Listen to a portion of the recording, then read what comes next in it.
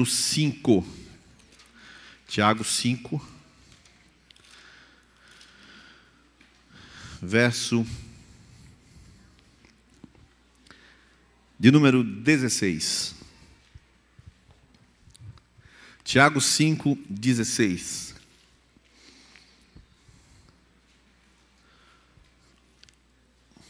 Eu vou ler na NVI. Portanto, confessem os seus pecados uns aos outros e orem uns pelos outros para serem curados. A oração de um justo é poderosa e eficaz. Tem uma tradução que diz: a oração do justo pode muito em seus efeitos. Mas eu vou repetir a primeira parte do versículo. Portanto, confessem os seus pecados uns aos outros e orem uns pelos outros para serem curados. Irmãos, este mandamento aqui, ele já contém 2 mandamentos. É um texto que já contém 2 textos. Ele começa com aquilo que eu vou ser didático aqui, para você, quando eu falar essa outra palavra que eu colocar aqui à frente, você já sabe o que é isso. Uns aos outros. Existem 25 mandamentos bíblicos. 25 mandamentos bíblicos que eu já postei, você já conhece, mas para quem não conhece, chamados mandamentos de mutualidade. Por que são chamados mandamentos de mutualidade? Porque eles vinculam um com o outro. Então, se é um e outro, é mútuo. Então, são mandamentos de mutualidade. Diga mutualidade. Então, essa palavra pode ser estranha, mas você tem que decorá-la mesmo. São 25 mandamentos bíblicos de mutualidade. Começamos aqui o texto, abrimos o texto dizendo, e ele diz aqui: confessai os vossos pecados e orem uns pelos outros para serem curados. E antes de falar qualquer coisa, eu não vou me deter ao pecado, eu vou me deter à confissão e à mutualidade. Eu vou falar logo o que significa essa palavra pecados. Essa palavra grega é pareptoma. Essa palavra grega aqui não significa pecado. Essa palavra grega significa tropeços. Tropeços. Que pode, evidentemente, ser pecado, quedas. Então é claro que você imagina que um pecado é um tropeço, mas nem todo tropeço é um pecado.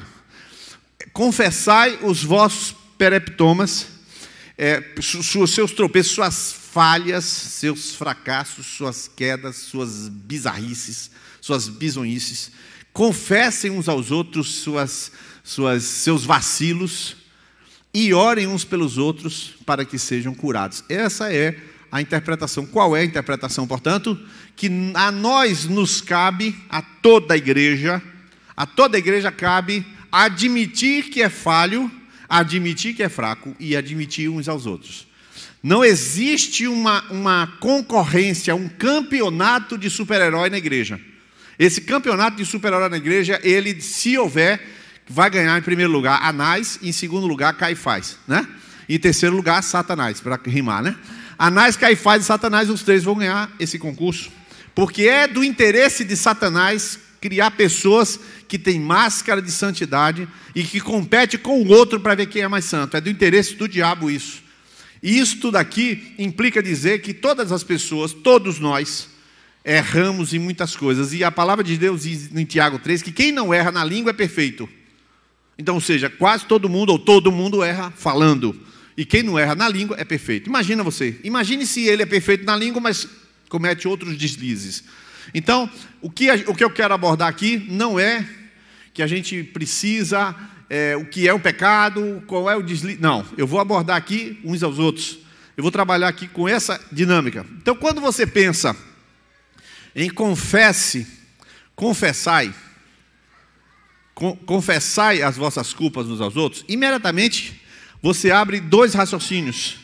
Imediatamente você abre um raciocínio da necessidade da confissão e da autoridade da confissão. Então você abre aqui um raciocínio da necessidade e o raciocínio da autoridade. Ora, a Igreja Católica Apostólica Romana, ela não construiu a doutrina a partir das Escrituras, ela constituiu ou construiu a doutrina a partir do acúmulo de Bíblia mais concílio. Lá na frente, no concílio de Latrão, depois da reforma, a doutrina se tornou superior à Bíblia e depois começou a surgir a ascensão de Maria, aí todas a virgindade perpétua de Maria, blá blá blá.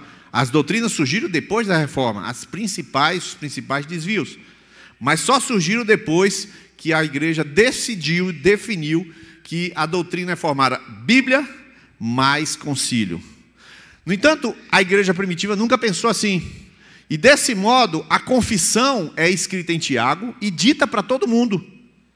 Mas não é dito que quem perdoa a transgressão é a igreja. Em nenhum lugar das Escrituras diz isso.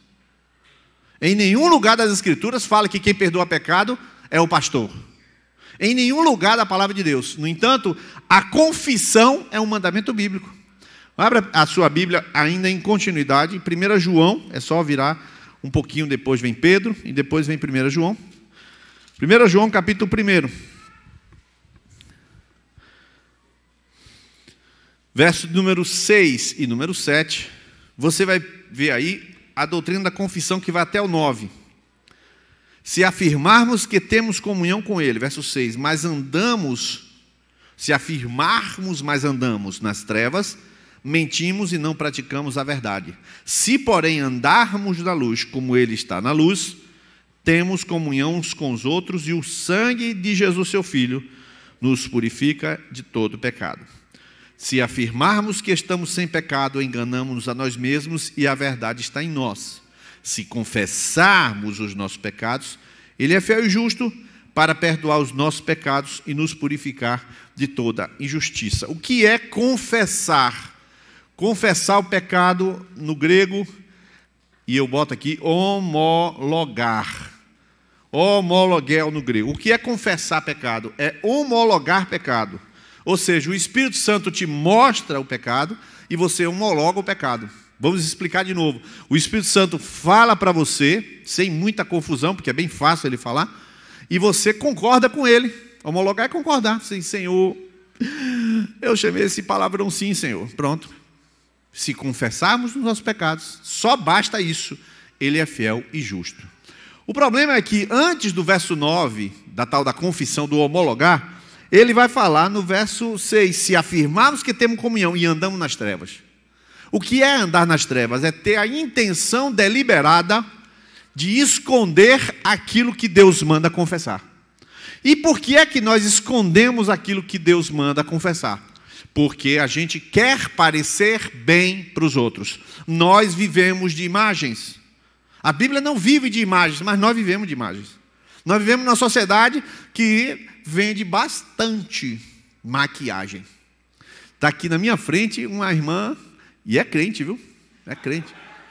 É cristã. Que trabalha com maquiagem e salão de beleza. Ou seja, ela promove a falsidade. Estou brincando, tá? Ela ajuda a preparar a imagem. Tem várias pessoas aqui que trabalham com maquiagem aqui. Então, o que acontece? Essa imagem não é a mídia, mas a sociedade motiva, ela é exatamente a antítese da Bíblia. A Bíblia não trabalha com imagem, a Bíblia trabalha com coração. A Bíblia trabalha com o que é interior, não com o que é aparente.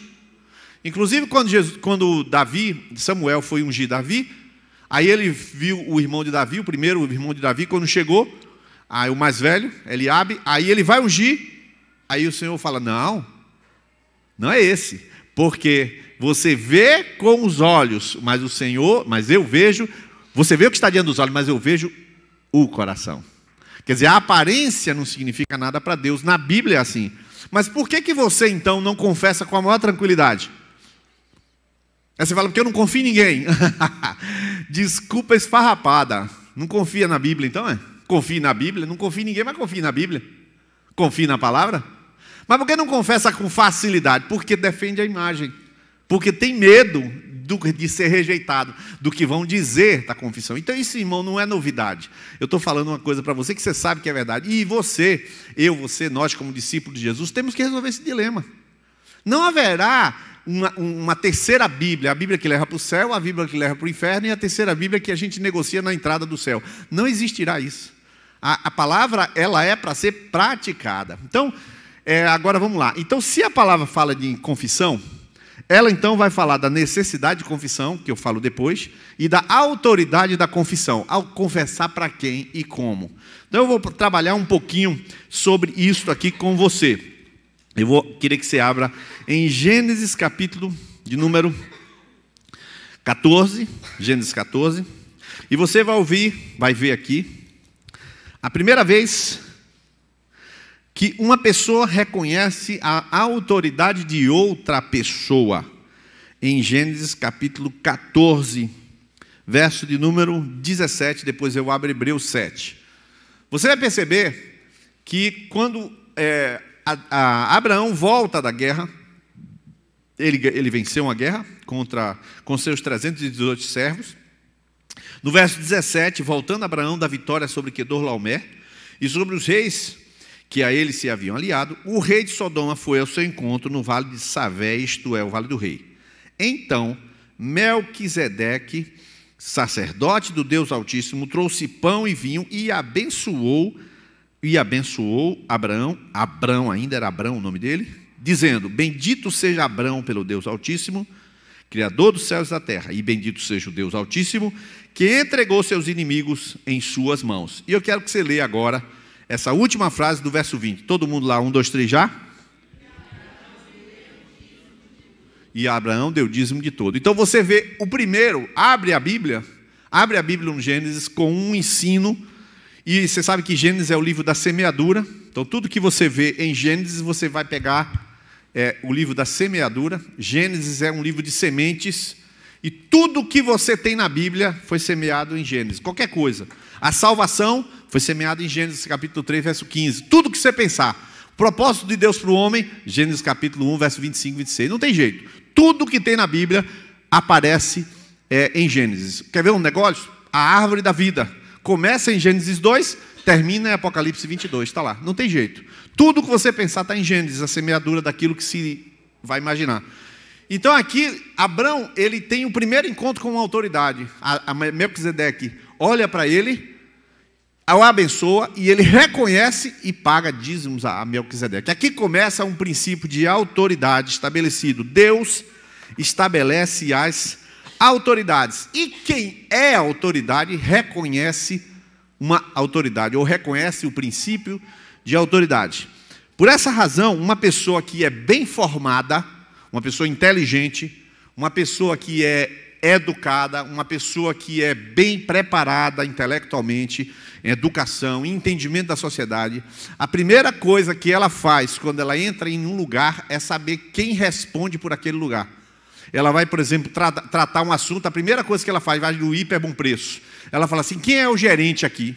Ela não chega para o guarda e fala assim: que porcaria de tomate aí. Não existe isso. A pessoa que faz isso, essa pessoa não tem noção nem de si mesma, que dirá da sociedade. Uma pessoa que tem noção, ela pega o tomate que está estragado, ela fala assim: para quem eu reclamo? É plausível eu reclamar isso aqui? Aí eu olho assim, paro e falo assim: quem é o gerente aqui? Então você vai aos canais para poder seguir os canais de autoridade. Quem é autoridade respeita a autoridade. O princípio de autoridade é tão determinante que ele começa na Bíblia aqui, e Abraão vai abençoar todas as nações da terra. Agora veja o que você vai ver em Hebreus capítulo 7, verso 1. Abra sua Bíblia, Hebreus 7, 1. E você vai ver que Abraão, em tese, não sabia de nada. Mas você vai ver em Abraão, aqui em Hebreus 7, verso 1, você vai perceber o quê? Verso 1, Hebreus 7, 1. Esse Melquisedeque, rei de Salém, sacerdote do Deus Altíssimo, encontrou-se com Abraão quando este voltava depois de derrotar os reis e o abençoou.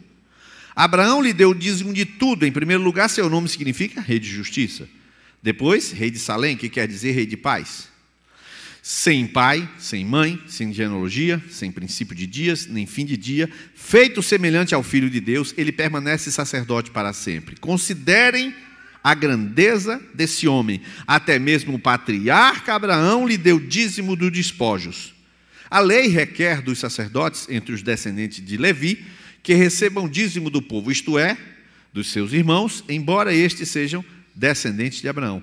Este homem, porém, que não pertencia à linhagem de Levi, recebeu os dízimos de Abraão e abençoou aquele que tinha as promessas. Sem dúvida alguma, o inferior é abençoado pelo superior. O que você vê?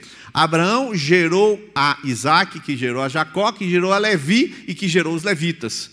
Quando Abraão deu dízimo e foi abençoado por um homem que não se sabe quem é, o que o texto está dizendo? Que aquele homem que Abraão reconheceu, abençoou o meu descendente, o meu bisneto.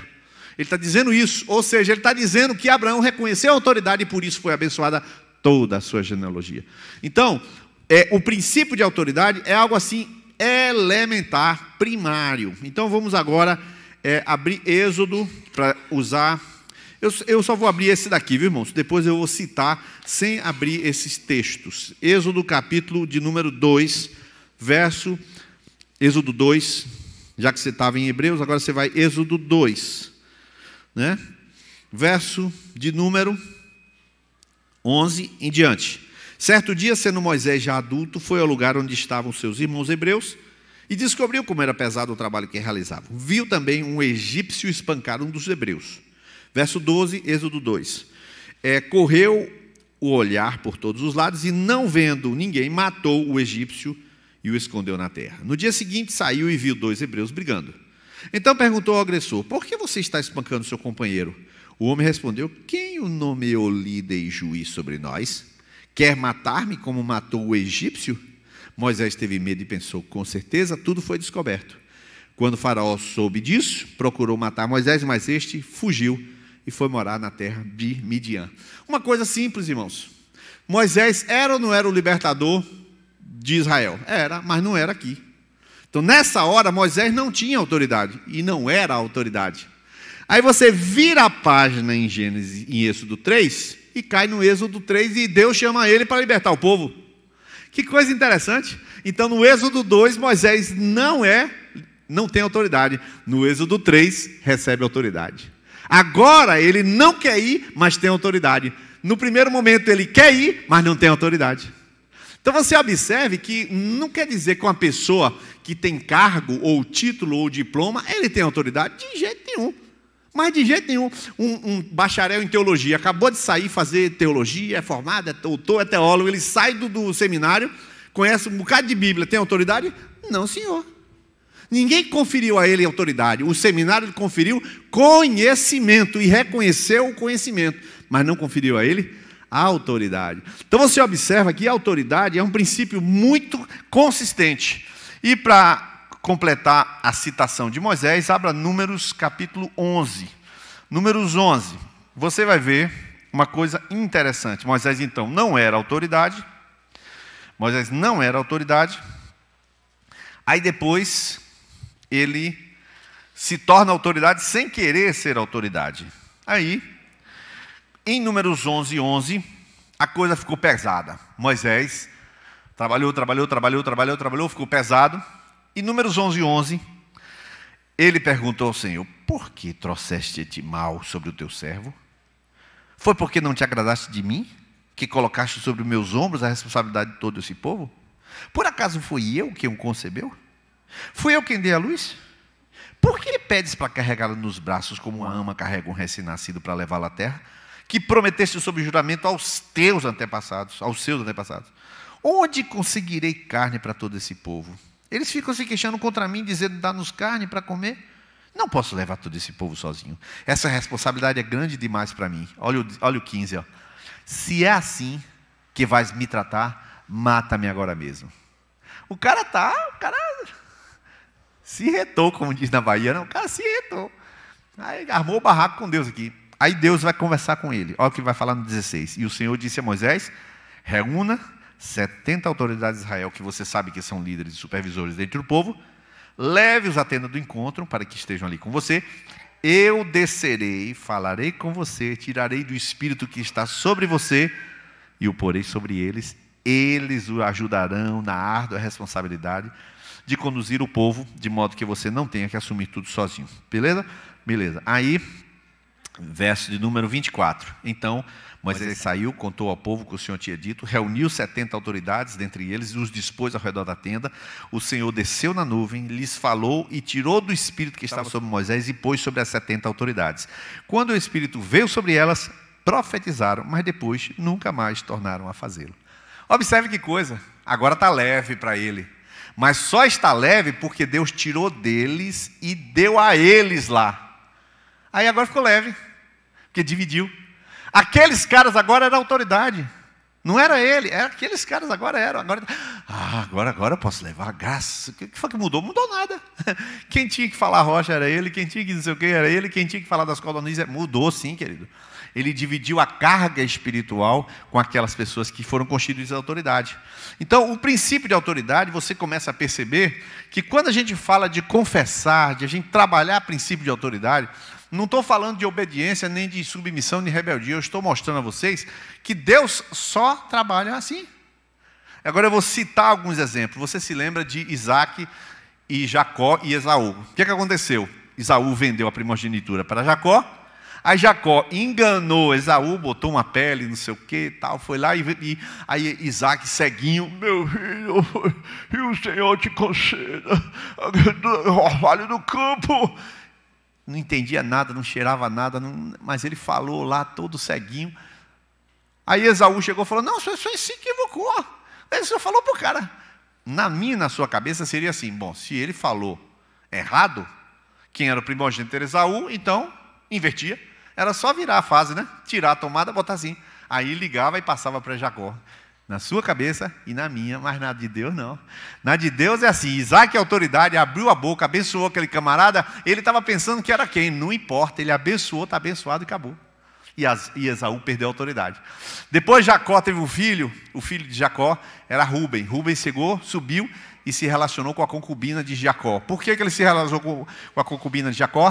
Porque ele tinha raiva. Aí não, esquece, isso aí vai complicar a história. Ele se relacionou com a concubina de Jacó, e aí Jacó falou, você vai perder a primogenitura, a primogênita agora é José. E depois chegou para José e falou, o primogênito agora é Efraim, que era o filho de José. E abençoou Efraim, e ficou abençoado, e Rúben perdeu a bênção, e você não ouve falar de Rúben, Rúben acabou. As 10 tribos de Israel sumiram. Só existe hoje os judeus. O que são os judeus? Judeu é judaeu, Judá. Judeu é só Judá.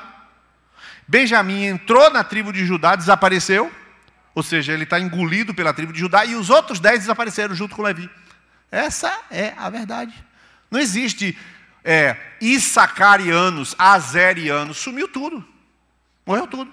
A bênção do Senhor veio de uma maneira muito específica. Então, essas coisas acontecem de uma maneira ordenada. Você se lembra, por exemplo, do profeta Samuel. Samuel, ele estava no lugar que o Senhor já disse, e isso é 1 Samuel 10, eu vou dar um rei. Aí, Saul perdeu as jumentas do seu pai, ele veio andando e falou, rapaz, vamos consultar o profeta para onde é que está as jumentas.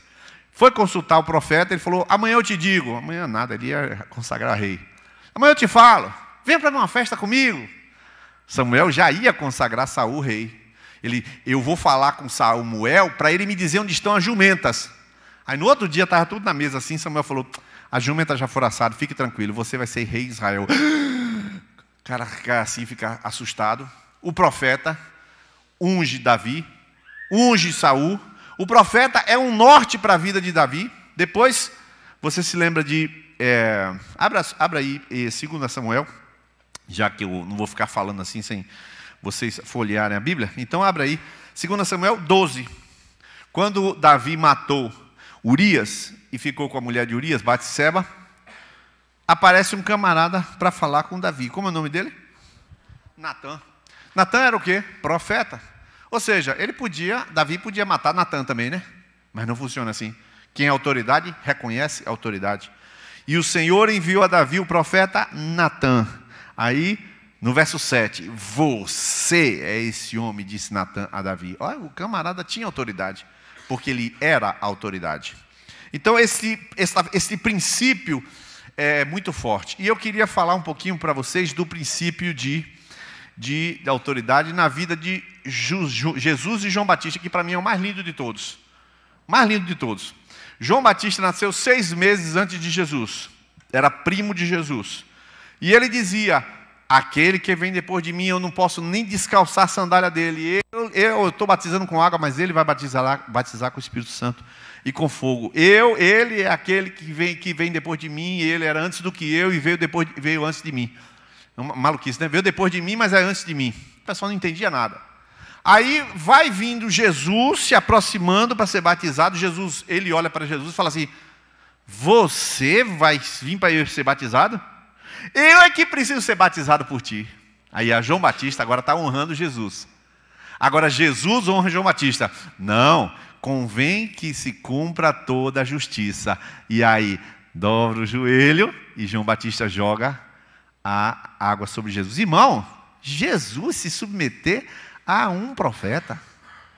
Ora, Jesus está honrando a autoridade e a autoridade está honrando outra autoridade. Sempre é assim. Então, você percebe que essa construção de autoridade, agora você vai entender por que isso acontece. Eu quero que você abra em Êxodo 19. Êxodo 19.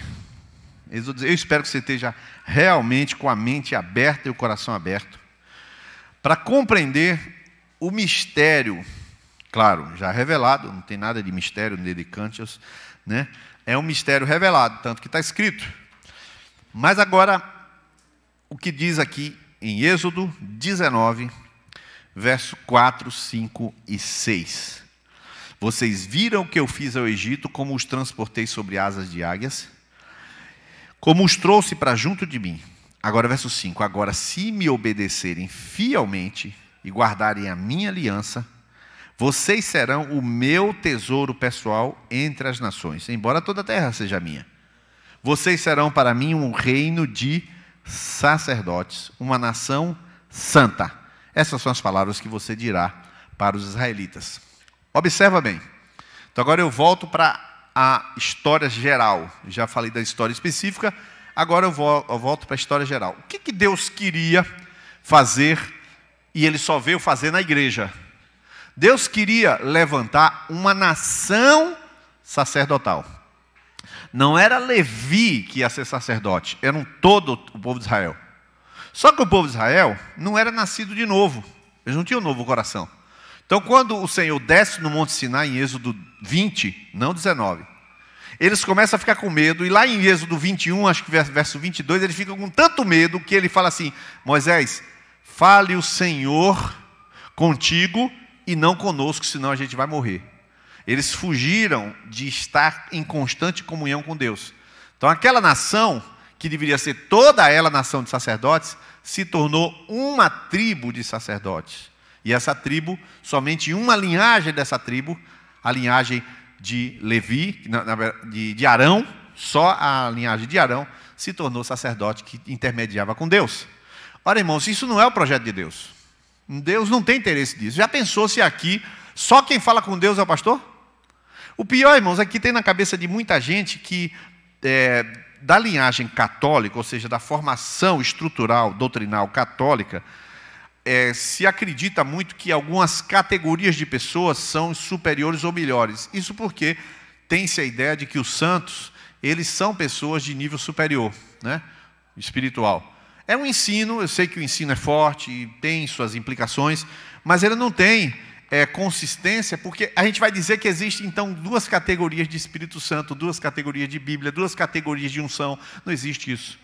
Existe que o Espírito Santo habita em todos, e essa que é a realidade. Então, Niles não ora mais do que você, Niles não é melhor do que você, Niles não sabe mais do que você. Se ele sabe mais do que você tem o mesmo Espírito Santo que Niles. Não existe essa história.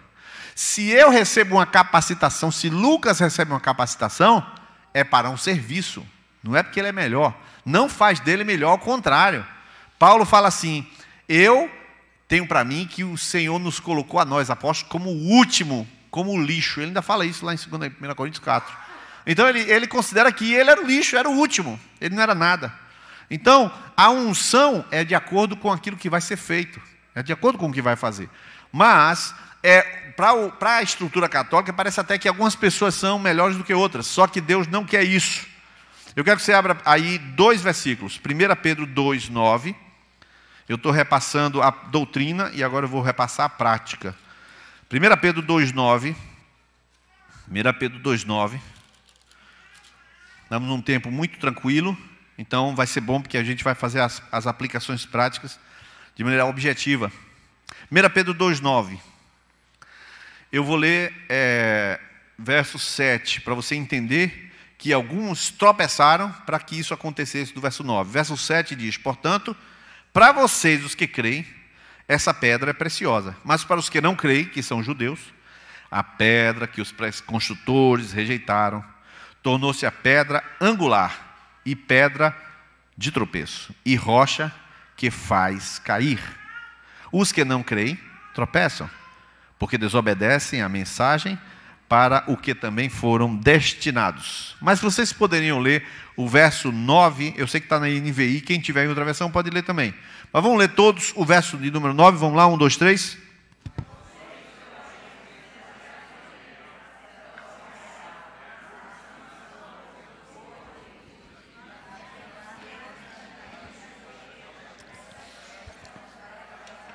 Glória a Deus, perfeito. Qual é a primeira palavra desse texto? Mas, porém. Então, ele está fazendo uma comparação. Os anteriores, X, mas vocês é que são o povo escolhido. Vocês é que são a geração santa. Vocês é que são a nação santa, o sacerdócio real. Ou seja, Israel tinha um propósito de ser a autoridade constituída por Deus, para representar Deus, para mediar o povo com Deus, levar Deus aos homens e levar os homens a Deus em intercessão. Isso era a nação inteira de Israel. Só que a nação santa não existe. Não existe nação santa, porque a nação toda rejeitou.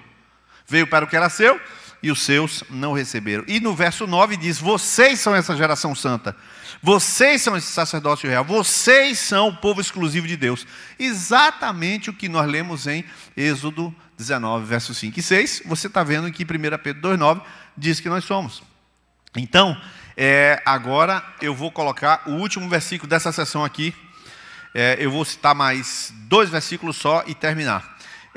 Eu vou citar 3. Esse e mais 2. E Apocalipse 1:6. Vamos abrir Apocalipse 1, verso 6. Apocalipse 1:6. Me lembro um dia que eu, numa célula, abri esse texto e li. E os irmãos falaram: você vai ler Apocalipse? As pessoas falaram: vou. Rapaz, mas esse livro pode ler? Fala assim, né? Célula, calma, tranquilo. Não sai nenhum dragão dele. Né? É Apocalipse 1:6. E nos constituiu reino e sacerdotes para servir o seu Deus e Pai. Ele nos constituiu reino e sacerdotes. Então eu vou apagar aqui para a gente poder fazer algumas considerações. O que a gente começa a ver? Acabei a teoria. Eu acabei digamos assim, tem várias maneiras de abordar, eu abordei dessa maneira que eu escolhi, o princípio de autoridade. Os sacerdotes do Antigo Testamento, ou seja, toda a linhagem de Arão, eles eram as pessoas que recebiam as confissões e recebiam também os sacrifícios.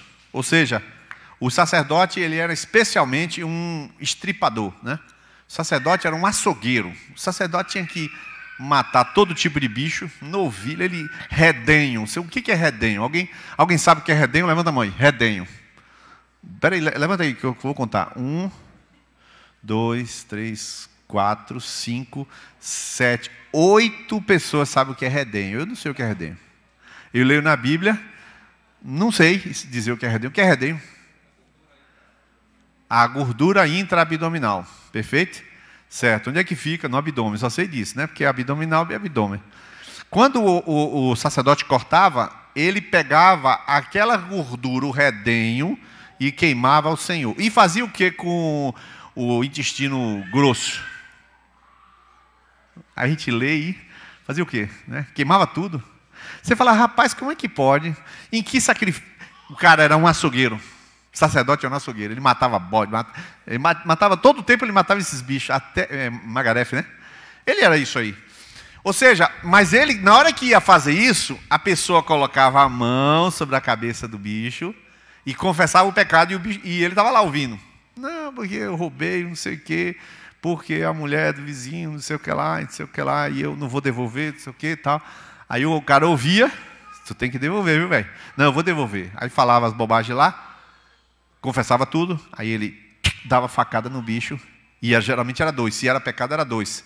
Ele pegava esse derramava, e aí queimava ele todo, abria, queimava a gordura, depois queimava ele todo. E o outro, ele cortava, derramava o sangue do mesmo jeito, e cortava o pernil, e a perna, a coxa dele, ficava para o sacerdote, ele comia. E só podia comer dentro do local, não podia levar para casa. Ou seja, ele já chegava em casa jantado, almoçado e jantado, a mulher tinha que fazer comida lá fora, né? Funcionava assim. Então, o sacerdote, ele é a pessoa que está o tempo todo recebendo confissão e ministrando sobre a pessoa. Só que nós somos reino de sacerdote. Então, a confissão, que é uma das coisas que eu estou abordando com vocês, com confissão, né? A confissão exige que você resolva o problema de autoridade.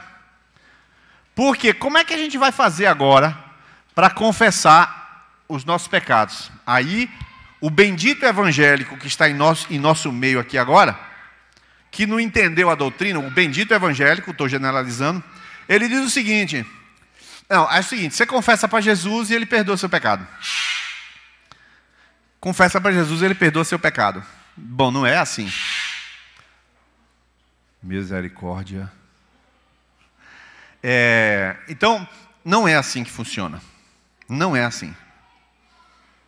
A Bíblia manda confessar, mas ela manda também a quem confessar.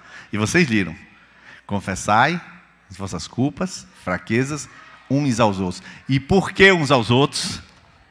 A autoridade são todos os santos.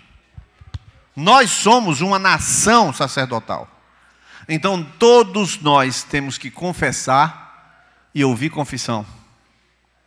Eu ainda estou começando a fazer a aplicação, ainda estou na doutrina. Então, quando você começa a perceber, ninguém aqui pode dizer: eu sou o Arão da igreja, eu faço sacrifício uma vez por ano e eu confesso uma vez por ano. Só quem fazia isso era o sumo sacerdote. Ninguém pode fazer isso, porque o sumo sacerdote agora é Cristo Jesus. Ele é chamado de sumo sacerdote dos bens futuros, ou dos bens já realizados, Hebreus 9. Só ele faz isso.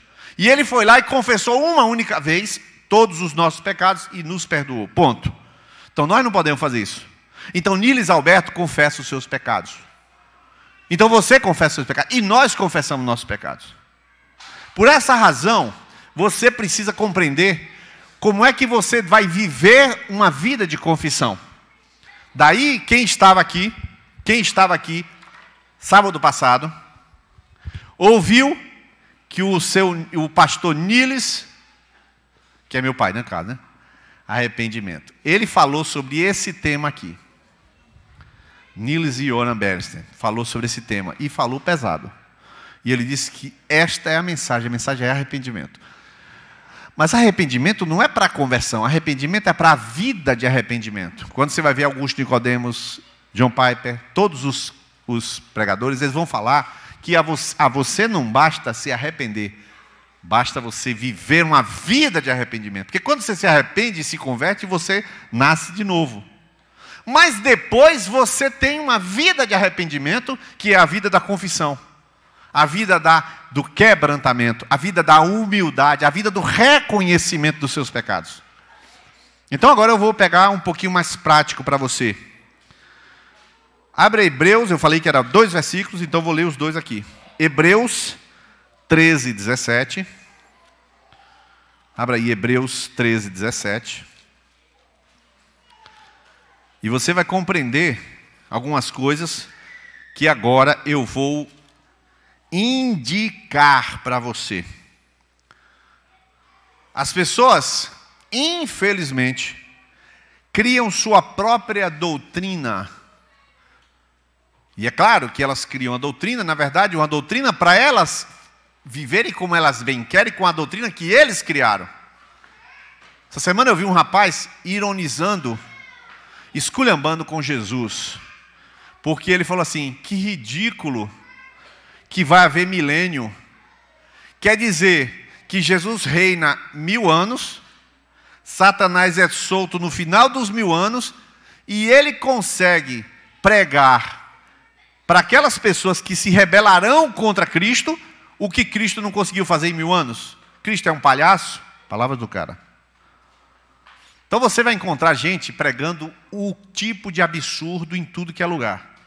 Mas o texto de Hebreus 13, 17, ele fala exatamente assim. Obedeçam. Se vocês quiserem, pode fechar essa porta aí e se distrair, viu? Se não, pode também pedir para as crianças irem lá para frente também, algum diácono. Vamos lá. Obedeçam aos seus líderes e submetam-se às autoridades ou à autoridade deles. Eles cuidam de vocês como quem deve prestar contas. Obedeçam-lhes para que o trabalho deles seja uma alegria, não um peso, pois isso não seria proveitoso para vocês. Vamos lá. Obedeçam aos vossos líderes. Então vou botar aqui embaixo, ó. Líderes. E aqui eu vou escrever a palavra grega. Geromai. Ok? Essa é a única vez que essa palavra é usada. Preste atenção, que agora eu vou falar coisas práticas para você. Vou falar coisas objetivas para você. É com o princípio de autoridade que se organiza a igreja. A mim me cabe funções específicas na igreja. O que é que eu, Rafael, Lucas, futuramente Cláudio, Wellington, na direção do Senhor fazemos? Plínio, Frank, nós fazemos catartismos. O que é isso? Nós arrumamos os ossos. O que é isso? Nós colocamos em ordem o corpo de Cristo. Agora você entendeu. Porque quando você lembra do Vale de Ossos Secos de Ezequiel 37, está uma bagunça. O Senhor vai lá, primeiro ele põe os ossos no lugar, depois é que ele põe o espírito. Então, qual é o papel do ordenamento da igreja? O meu papel é tocar? Não. Domingo passado já não toquei. Mateus e Cristóvão tocaram. Ontem eu tive uma reunião com o Ministério de Social. A gente enxergou como é que o Ministério vai trabalhar e deu uma direção para trabalhar. Eu não vou trabalhar. Eu dei uma direção para o Videirinha Kids providenciar uma pessoa capacitada para estar cuidando das crianças, para vocês pais estarem aqui. Eu dei a direção, alguém realizou. Então, o pastor não realiza as coisas, o pastor direciona a igreja, ordena a igreja para ela funcionar. A igreja é o corpo, então a igreja funciona. Então, o meu papel é colocar em ordem a igreja.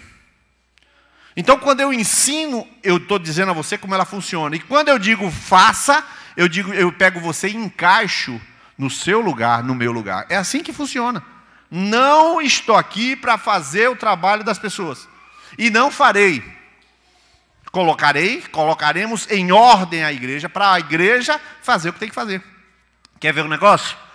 Nós temos 6 grupos de casais. 6. Os casais se reúnem, aproximadamente 30 casais se reúnem. Aproximadamente 30 casais se reúnem periodicamente. Já se reuniram, amanhã vai se reunir o último grupo de casais. Os casais foram sorteados, então nós ordenamos, direcionamos o grupo, e nós não temos um grupo. Eu e Fernanda não temos um grupo.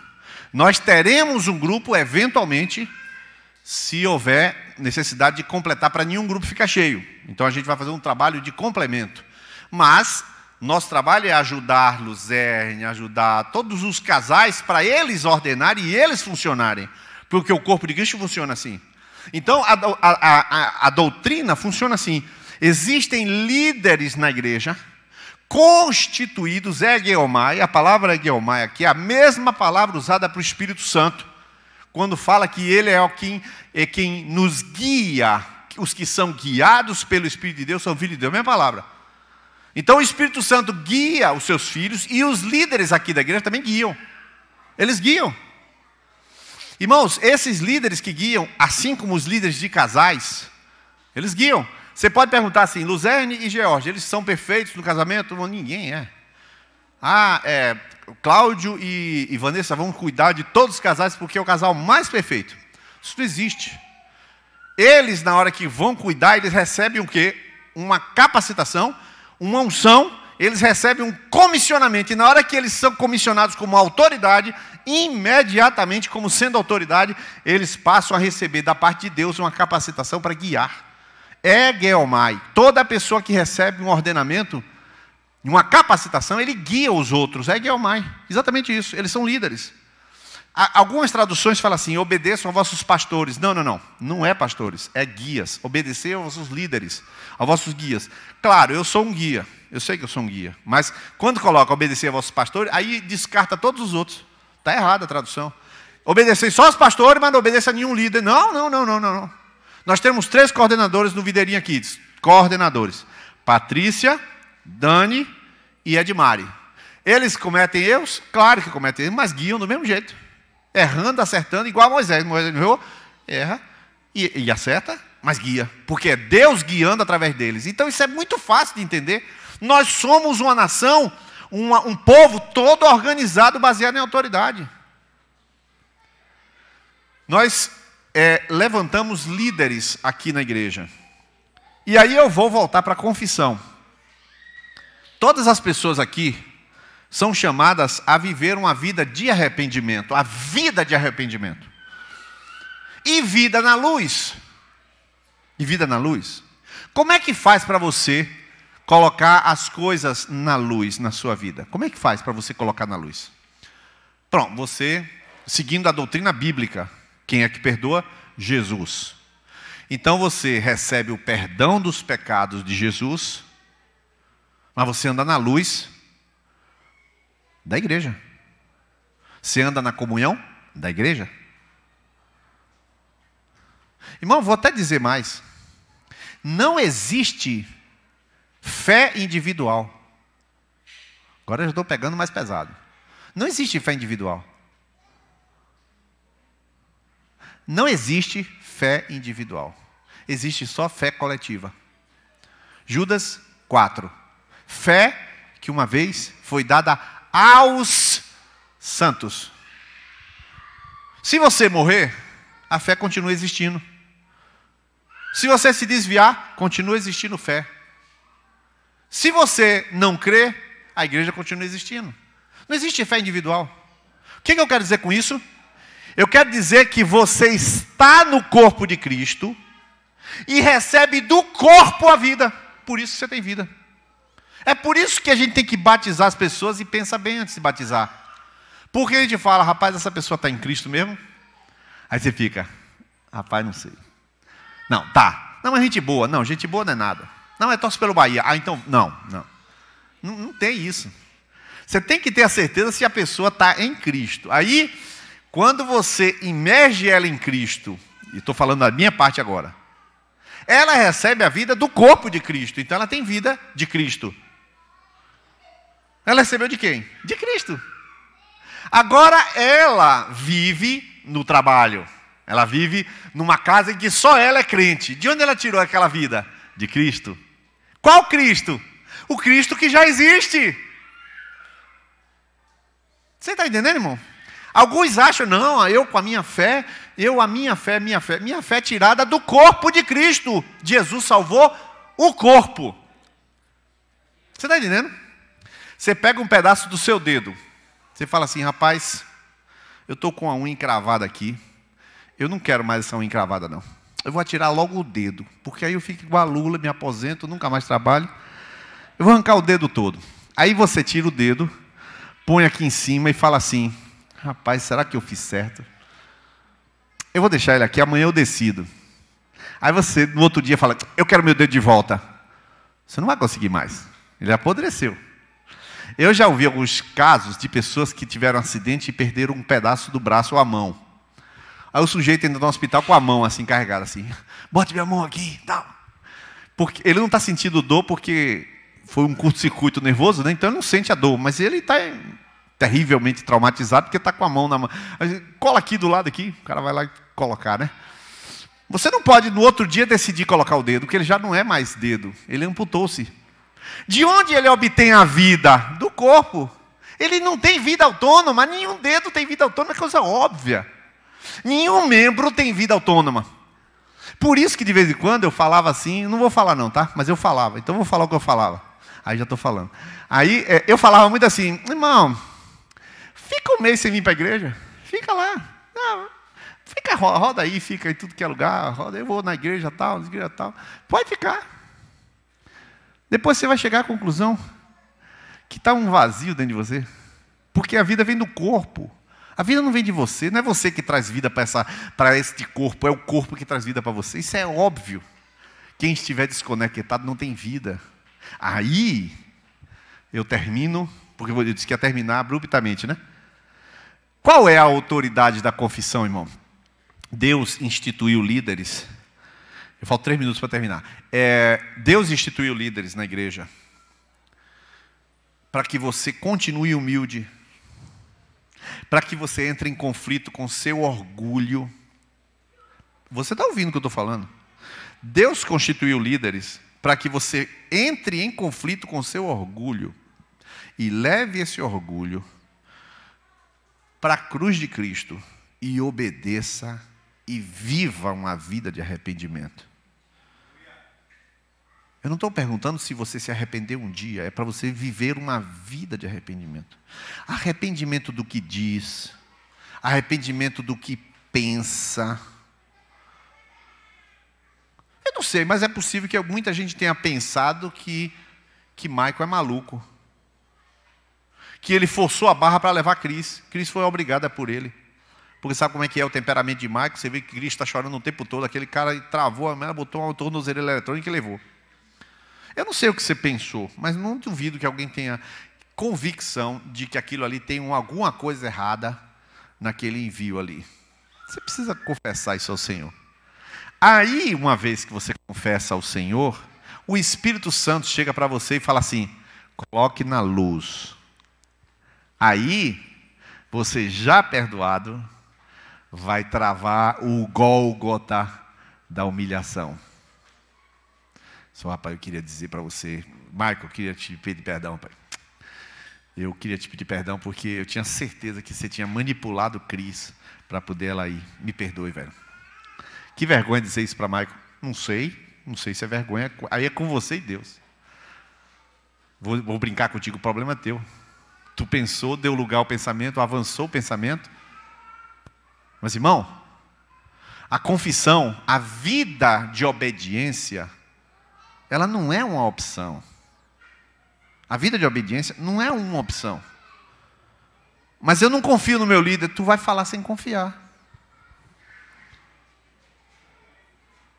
Você sabe qual é o problema? Aprende a confiar falando. Bem simples assim. Deus constituiu esse cara líder. Você olha para ele. Marlene? Não, eu não vou falar não. Marlene não tem condição nenhuma. Ela vai falar para todo mundo do salão dela. Tu vai confessar para Marlene, preocupado com tua reputação, e deixa a reputação com Deus. O problema é teu. Porque a vida com Deus é essa aí. Deus vai trabalhar você na sua circunstância.